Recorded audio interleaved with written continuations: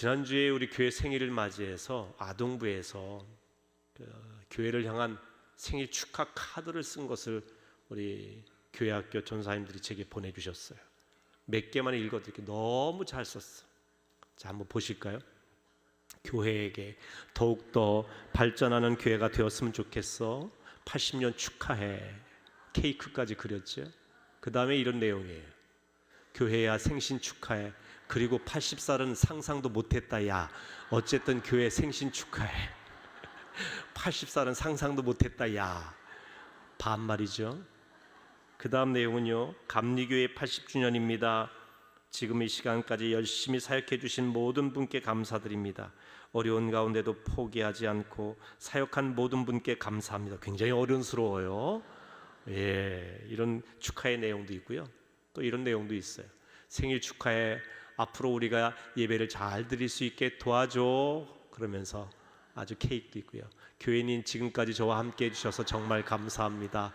교회를 이렇게 잘 그려놨어요. 마지막 한번 보실까요? 생신 축하드려요 어르신. 해피 버스데이. 참 아이들의 상상력이요, 어쩌면 이렇게 예쁜지 몰라요. 그러니까 80세 되면 어르신인가 봐요. 물론 그렇죠. 우리 사람도 80세가 되시면 얼마나 어르신입니까? 근데 아이들 생각에는 이 80이라는 숫자가 굉장히 나이가 많은 숫자처럼 여겨지나 봅니다. 그래서 상상도 못했다. 야, 근데 80세 어르신한테 야라고 그러네. 여러분, 교회는 나이와 상관없이 교회의 사명은 생명을 살리는 것입니다. 앞으로 우리 교회가 100년, 200년, 300년 그 이상을 맞이하는 교회가 되어도 안양교회의 생명은 한 영혼을 귀히 여기고 천하보다 귀한 생명을 살리고 온 세계 열방을 향해 예수의 생명을 전하는 교회가 되어야 될 줄로 믿습니다. 오늘은 한국교회가 함께 지키는 생명보듬주일입니다. 세계보건기구 WHO와 국제자살예방협회는 2003년도에 세계적으로 자살률이 점점 늘어나는 이 현실을 보면서 해마다 9월 10일을 세계 자살 예방의 날로 정했습니다. 한국교회는 9월 10일을 전후한 9월 둘째 주일을 생명보듬주일로 지키면서 자살을 예방하는 캠페인을 벌이고 있습니다. 자살 예방의 날이라는 표현이 어떻게 보면 부정적으로 비칠 수 있기 때문에 생명을 보듬어 안자라고 하는 의미에서 이렇게 이름을 정했습니다. 이 생명보듬주의를 지키는 세 가지 이유가 있습니다. 첫째는 하나님께서 우리에게 주신 생명을 소중히 여기자는 것입니다. 내 생명도 소중하고 우리 이웃의 생명도 소중하다는 것입니다. 둘째는 삶의 고통을 견디지 못하고 자살하는 이들이 참 많습니다. 이러한 자살을 예방하자고 하는 것입니다. 세 번째는 이 세상을 덮고 있는 죽음의 문화를 넘어서서 온 세상에 생명의 빛으로 오신 예수의 복음을 널리 전파하자, 생명이신 예수를 전하자라고 하는 그런 의미에서 생명보듬주의를 정했습니다. 저는 오늘 이 생명보듬주의를 맞이해서 사람 사랑 생명 사랑 걷기 축제 티셔츠를 입고 강단에 섰습니다. 이 티셔츠는 생명의 소중함을 알리는 티셔츠입니다.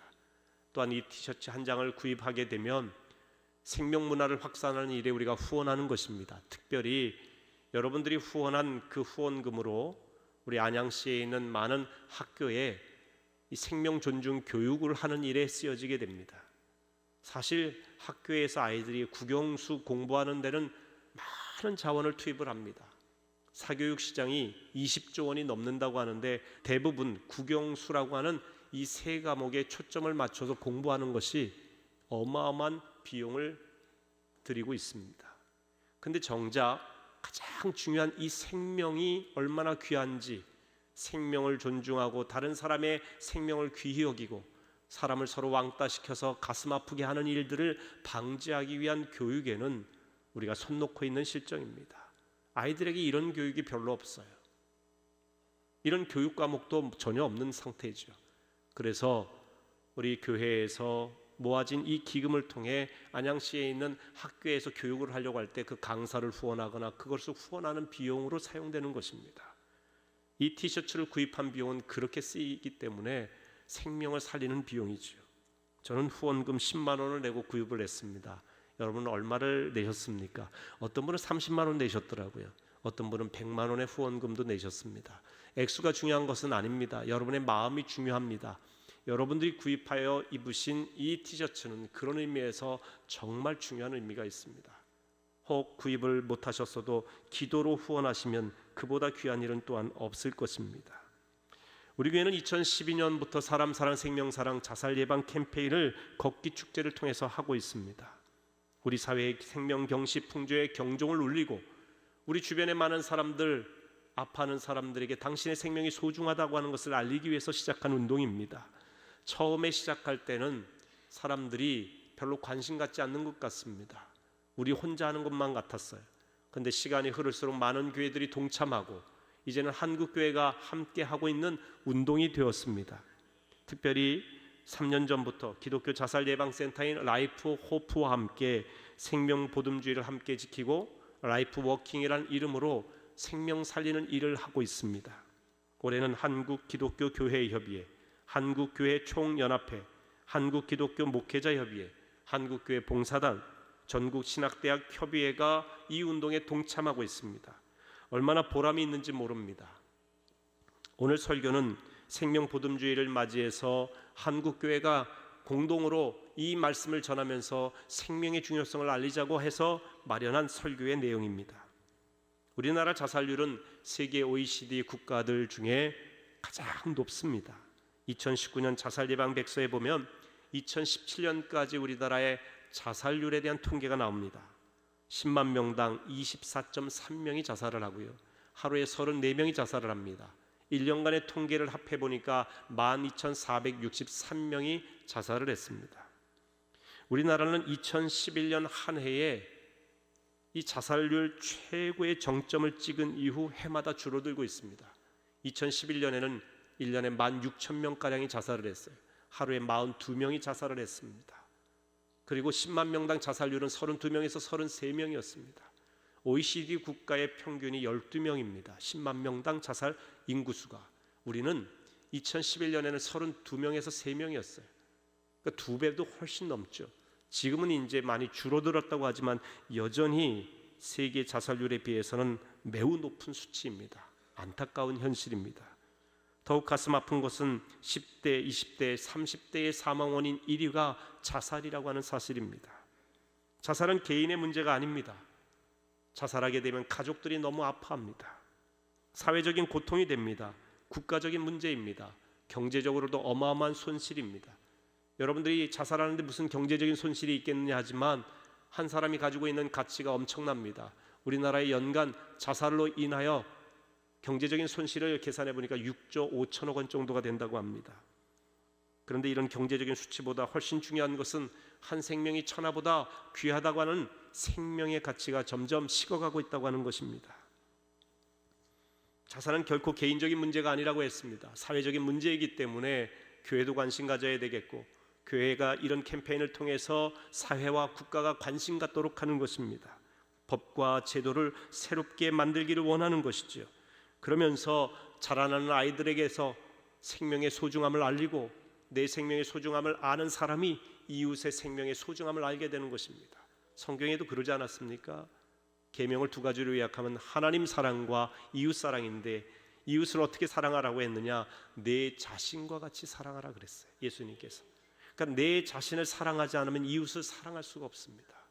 내 생명의 소중함을 모르면 이웃의 생명의 소중함도 모른다는 이야기입니다. 그렇기 때문에 우리 자신의 생명이 얼마나 귀한지를 아는 것은 이웃을 사랑하고 인류를 구하는 매우 중요한 일입니다. 그래서 자기 자신의 생명을 살리고 귀하게 여기는 이 일은 개인의 일이 아니라 그것은 이웃과 함께하는 사회의 일이요, 국가의 일이요, 인류의 일이 되는 것입니다. 그래서 누구 개인적인 일로 치부하면 안 됩니다. 특별히 무엇보다 사랑하는 가족을 잃고 정신적인 충격으로 고통받는 자살자 유가족들의 자살률은 매우 높습니다. 수치에 대한 여러 가지 견해가 조금씩 차이는 있지만 공통적인 견해는 일반 사람들보다 자살 유가족들의 자살률은 8배에서 10배가량이 더 높습니다. 성경은 즐거워하는 자들과 함께 즐거워하고 우는 자들과 함께 울라고 했습니다. 우리 주변에 우는 자들이 누구일까요? 수많은 아픔 가운데 우는 사람들이 있습니다. 그런데 특별히 오늘은 자살로 인하여 괴로워하는 우는 자들, 자살하여서 가족들이 아파하며 우는 자살자 유가족들의 그 눈물을 닦아주는 날이 되어야 될 줄로 믿습니다. 예수님께서는 이 땅에 우는 자들과 함께 하시기 위해서 오셨습니다.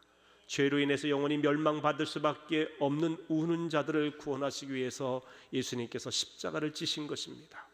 한 생명이 천하보다 귀하다고 하는 것을 알려주시기 위해서 당신의 생명을 바쳐서 온 인류의 생명을 구원하신 것입니다. 오늘 우리는 시편 6편 말씀을 통해서 우리에게 주신 생명살림의 이 귀중한 사명을 더욱 견고히 해야 될 것입니다. 다윗은 시편 6편에서 이렇게 호소하고 있습니다. 1절에서 3절까지의 말씀을 같이 읽어봅니다. 여호와여, 주의 분노로 나를 책망하지 마시오며 주의 진노로 나를 징계하지 마옵소서. 여호와여, 내가 수척하였사오니 내게 은혜를 베푸소서. 여호와여, 나의 뼈가 떨리오니 나를 고치소서. 나의 영혼도 매우 떨리나이다. 여호와여, 어느 때까지이니까. 여러분, 인간은 누구나 약합니다. 허물과 실수가 참 많습니다. 육체적인 고통이 올 때에 그 고통의 아픔 속에서 견디지 못해 힘들어하기도 합니다. 이런 실존의 문제를 지닌 인간은 거룩하신 하나님 앞에 설 수가 없습니다. 의로우신 그분 앞에 인간은 너무나 죄 많은 죄투성이의 모습뿐입니다. 보잘 것이 없습니다. 다윗은 생명이 위태로울 정도로 고통스러운 순간에 어찌할 바를 모를 그 상황 속에서도 자신의 심정을 하나님 앞에 솔직하게 아뢰고 있습니다. 주님, 분노하여 나를 책망하지 마십시오. 내가 죄 많고 연약하고 징계받을 만한 그런 연약함이 있지만 주님, 진노하여 나를 징계하지 마십시오. 주님, 내 기력이 하나도 없으니 내게 은혜를 베풀어 주십시오. 주님 은혜가 아니면 살 수가 없습니다. 이런 고백이죠. 주님, 나의 뼈마디가 떨리오니 나를 고쳐 주십시오. 주님, 내 영혼이 떨립니다. 언제까지 지체하시렵니까? 하나님 앞에 자기의 그 고통스러운 삶의 상황을 견디기 힘들어서 하나님 앞에 아뢰고 있는 다윗의 기도인 것입니다. 우리 주변에는 다윗처럼 생명의 위협을 느낄 정도로 삶의 고통 속에 신음하고 있는 이들이 참 많이 있습니다. 어쩌면 여러분이 그 당사자일 수도 있습니다. 삶에 지쳐 기력이 다 쇠한 상황, 뼈마디가 떨리고 영혼이 떨릴 정도로 두려운 상황, 그런데 해결의 실마리는 보이지 않아 암담한 상황에 놓였을 때 우리는 절망할 수밖에 없습니다. 출구가 없다는 절망감에 극단적인 생각을 하는 경우도 있습니다. 다윗도 그랬던 것 같습니다. 그러나 그때 다윗이 하나님께 호소합니다. 여호와여, 돌아와 나의 영혼을 건지시며 주의 사랑으로 나를 구원하소서. 한마디로 다윗은 이렇게 기도한 겁니다. 하나님, 내 생명을 건져 주소서. 내 생명을 건져 주소서. 다윗의 상황은 위태로웠지만 다윗은 절망에 빠지지만 않았습니다. 하나님을 의지했습니다. 자신의 생명을 구원하실 분은 오직 하나님이심을 믿고 그분께 아뢰었습니다. 다윗이 신뢰한 하나님은 어떤 하나님이냐? 주님의 사랑이라고 표현하고 있지요. 주의 사랑으로 나를 구원해달라고. 하나님은 사랑의 하나님이십니다. 여기서 다윗이 사용한 이 사랑이라고 하는 표현을 히브리어로 헤세드라고 말합니다.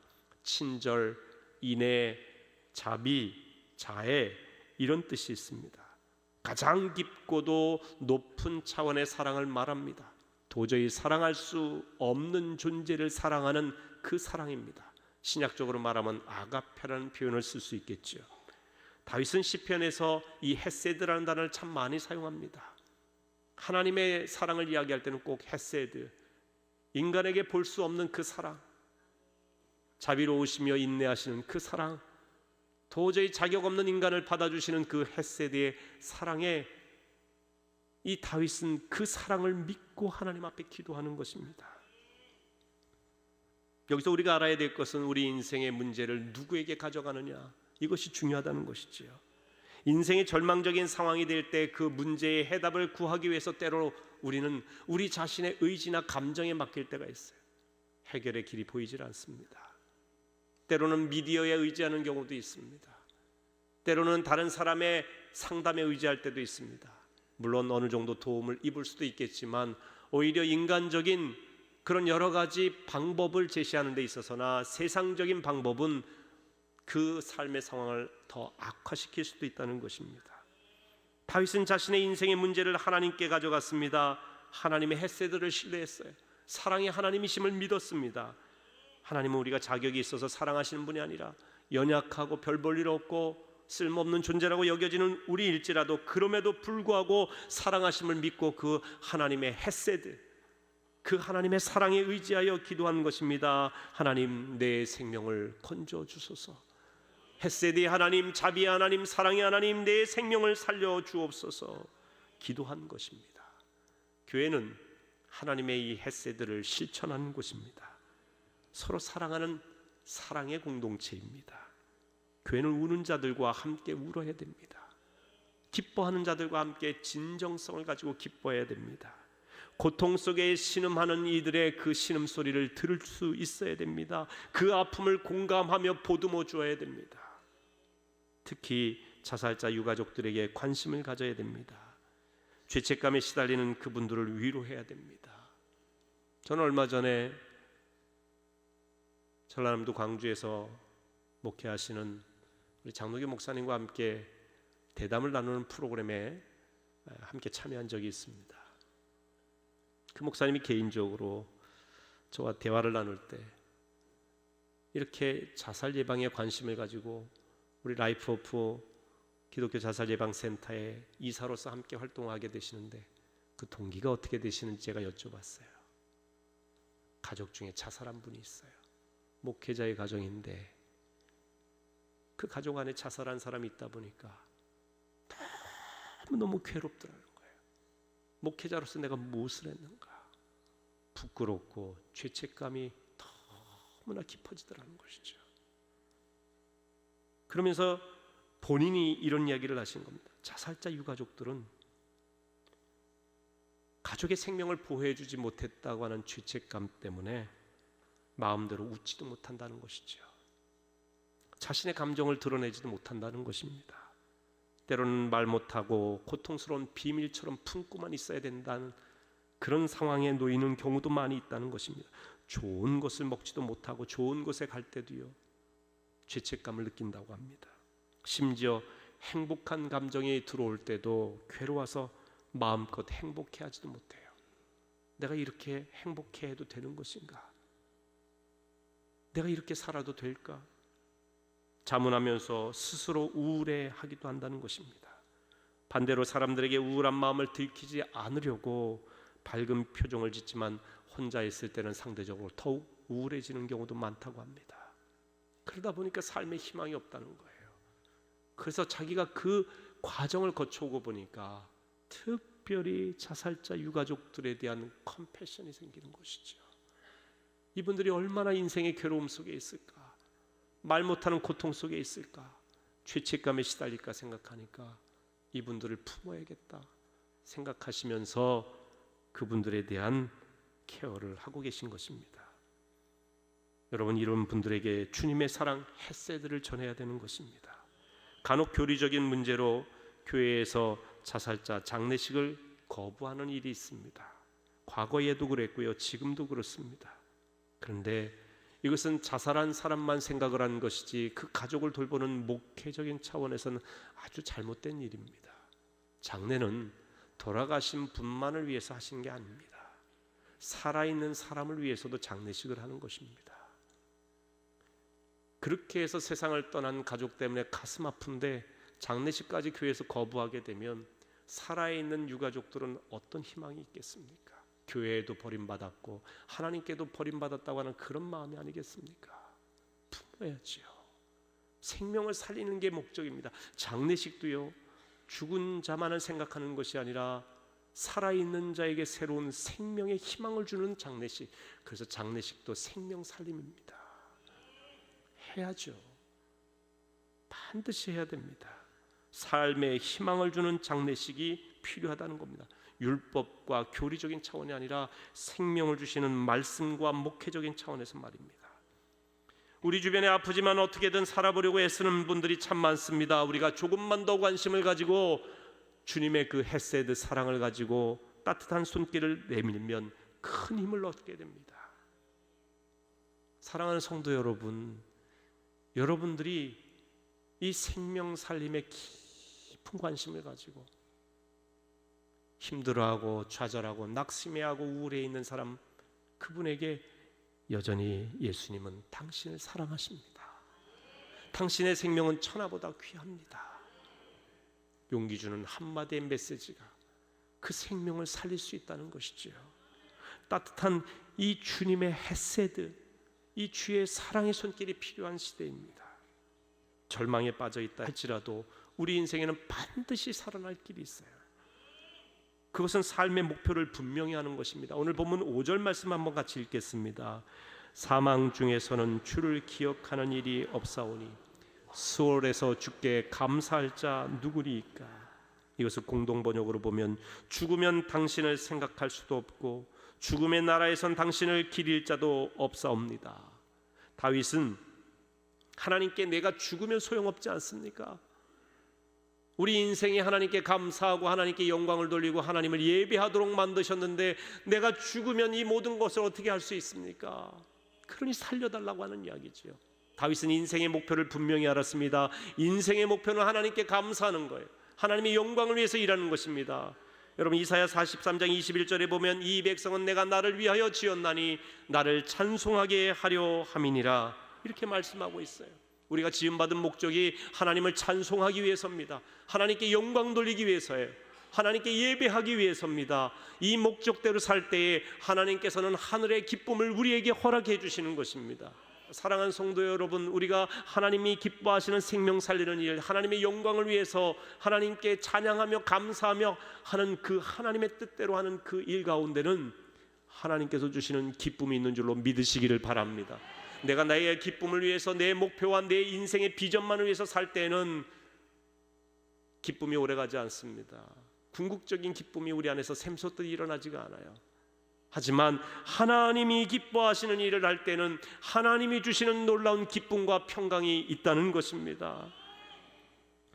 다윗은 그래서 하나님 앞에 내가 감사하기 위해, 찬양하기 위해 내 생명을 건져달라고 하나님 앞에 기도했습니다.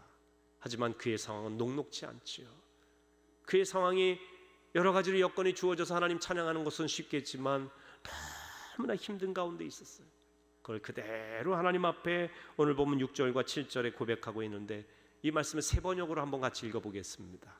나는 탄식만 하다가 지치고 말았습니다. 밤마다 짓는 눈물로 침상을 띄우며 내 잠자리를 적십니다.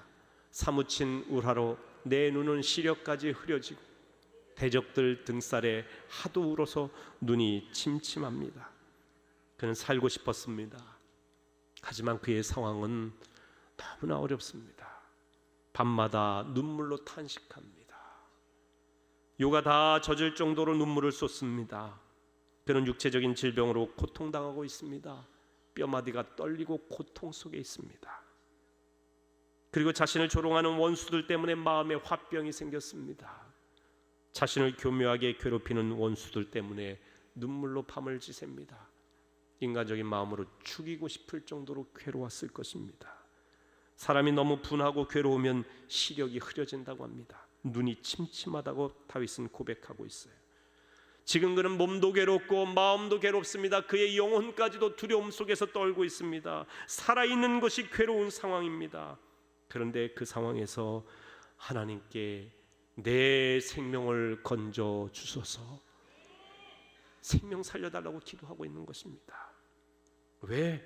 하나님이 생명의 주인이시기 때문에 그렇습니다.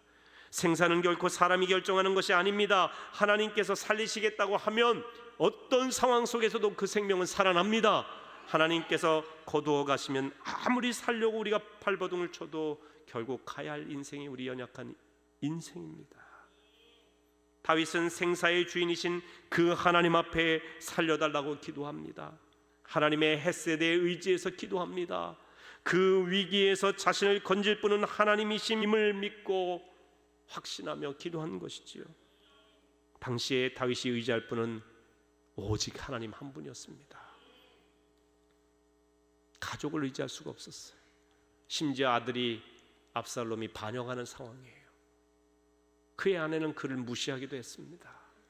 신하들은 그를 배반하기도 했습니다. 등 돌리고 떠나기도 합니다. 그의 육체는 뼈가 떨릴 정도로 고통스러운 상황이에요. 그 위대한 다윗, 그 막강했던 다윗, 그런데 다윗이 어느 날 보니까 그 주변에 아무도 없어요. 너무 힘들어요. 너무 고통 속에 있습니다. 다윗은 오직 하나님뿐이었습니다. 여러분, 그런데 우리가 오직 하나님밖에 의지할 분이 없을 때 소망이 생깁니다. 절체절명의 위기의 때가 하나님을 만날 위대한 기회인 것입니다. 하나님이 살아계심을 경험할 절호의 기회가 바로 우리 인생의 위기의 때입니다. 위기의 때에 위기에 빠져 절망하느냐, 그 위기의 상황 속에서 우리의 생명이 주께 있음을 믿고 기도하느냐에 따라서 우리 인생은 절대적인 하나님의 역사를 경험하기도 하고, 절망하게 되면 영원한 나락으로 떨어지기도 되는 것입니다. 다윗은 당당하게 내가 죽으면 당신을 찬양하고 감사할 수 없지 않습니까? 내 생명을 건져주옵소서. 오늘 시편 후반부에 가면 다윗은 자신의 기도에 대한 하나님의 응답을 확신하게 됩니다. 세 번역으로 같이 읽어봅니다. 악한 일을 하는 자들아 모두 다 내게서 물러가거라. 주께서 내 울부짖는 소리를 들어주셨다. 주께서 내 탄원을 들어주셨다. 주께서 내 기도를 받아주셨다. 내 원수가 모두 수치를 당하고 벌벌 떠는구나. 낙담하며 황급히 물러가는구나. 여러분, 기도에는 반드시 응답이 있습니다. 하나님께서는 다윗에게 응답하셨습니다. 내 생명을 건져달라고 하는 다윗의 기도에 하나님 응답하셨습니다. 원수들을 물리쳐 주셨어요. 그를 죽이려고 달려드는, 그를 두렵게 했던 원수들을 물리쳐 주셨습니다. 자기 힘으로 물리친 것이 아니라 기도로 물리쳤습니다. 인생의 어둠을 기도로 물러가게 한 것입니다. 기도는 어둠을 물러가게 하고 생명의 빛을 받아들이는 축복의 통로입니다. 여러분, 기도하십시오. 탄식하며 기도하십시오. 힘들고 어려울 때 낙심하지 말고 울며 하나님 앞에 매달리십시오. 하나님만 나의 힘이요 반석이요 능력이라고, 산성이라고 믿으며 그분께 의지하며 기도하십시오. 미운 원수를 하나님께 고하십시오. 상황 때문에, 원수 때문에, 건강 때문에 절망하지 마시고 살아계신 하나님께 간구하시기를 바랍니다. 하나님께 부르짖을 때 희망이 있습니다. 사랑의 하나님은 희망의 하나님이십니다. 죽음의 수용소라고 하는 책을 쓴 빅터 플랭클린이라고 하는 유대인 학자가 있습니다. 로고세라피, 의미요법이라고 하는 말을 최초로 사용한 분입니다. 이분은 세계 제2차 대전 때 독일의 아우슈비츠 수용소에 갇혀서 생활했던, 수용소 생활했던 그런 분입니다. 수용소에서 많은 사람들이 죽었어요. 대부분이 죽었습니다. 하지만 이분은 죽을 수밖에 없는 그 상황에서 극적으로 생존한 인물입니다. 후에 그 죽음의 수용소에서 있었던 이야기를 책으로 기술을 했어요. 그는 눈앞에서 수많은 사람들이 죽어가는 모습을 보았습니다. 대부분 육체의 죽음 이전에 삶의 희망을 잃어버려서 죽어가는 이들입니다. 그는 어떤 어려움에도 삶의 희망을 잃어버리지 않기로 결심을 합니다. 그래서 수용소 바닥에 떨어져 있는 깨진 유리 조각 하나를 건져서 그걸로 매일 면도를 합니다. 언제 죽을지 모르는 인생의 면도가 무슨 의미가 있겠어요? 사람들은 그렇게 생각하는데 아니에요. 그는 주어진 날들이 매일 새로운 날이라, 희망의 날이라 믿고 면도를 합니다. 마실 물도 부족한 상황이었지만 그것을 아껴서, 조금씩 아껴서 매일 세수를 합니다. 죽음을 앞두고 있는 사람이 세수가 무슨 의미냐라고 생각할지 모르지만 그는 날마다 희망을 가지고 세수하며 면도를 한 것이죠. 그리고 저녁에 조금 시간이 주어질 때는 수용소에 있는 사람들을 모아서 이 수용소를 나가게 되면 당신들은 무엇을 할 것인지 서로 희망에 대한 이야기를 합니다. 대부분이 쓸데없는 짓을 한다고 빅터 플랭클을 욕했습니다. 하지만 거기에 아랑곳하지 않고 빅터 플랭클은 우리 인생의 희망은 결코 사라지지 않는다는 것을 믿고 사람들과 함께 기도하고 대화하고 내일에 대한 소망을 이야기하면서 함께 즐겁게 웃기도 했습니다. 다 쓸데없는 일이라고 낙심하던 그런 사람들 가운데 빅터 프랭클과 그와 함께 대화를 나누며 내일의 희망을 얘기했던 친구들은 생존했습니다. 그때 깨달은 거예요. 사람들이 삶의 의미를 알 때에, 삶의 희망을 가질 때에 생존하게 된다는 것입니다. 그래서 이 책을 쓰게 된 거예요. 어떤 삶의 절망 속에서도 희망의 끈을 잃어버리지 않으면 살아날 수 있다는 것입니다.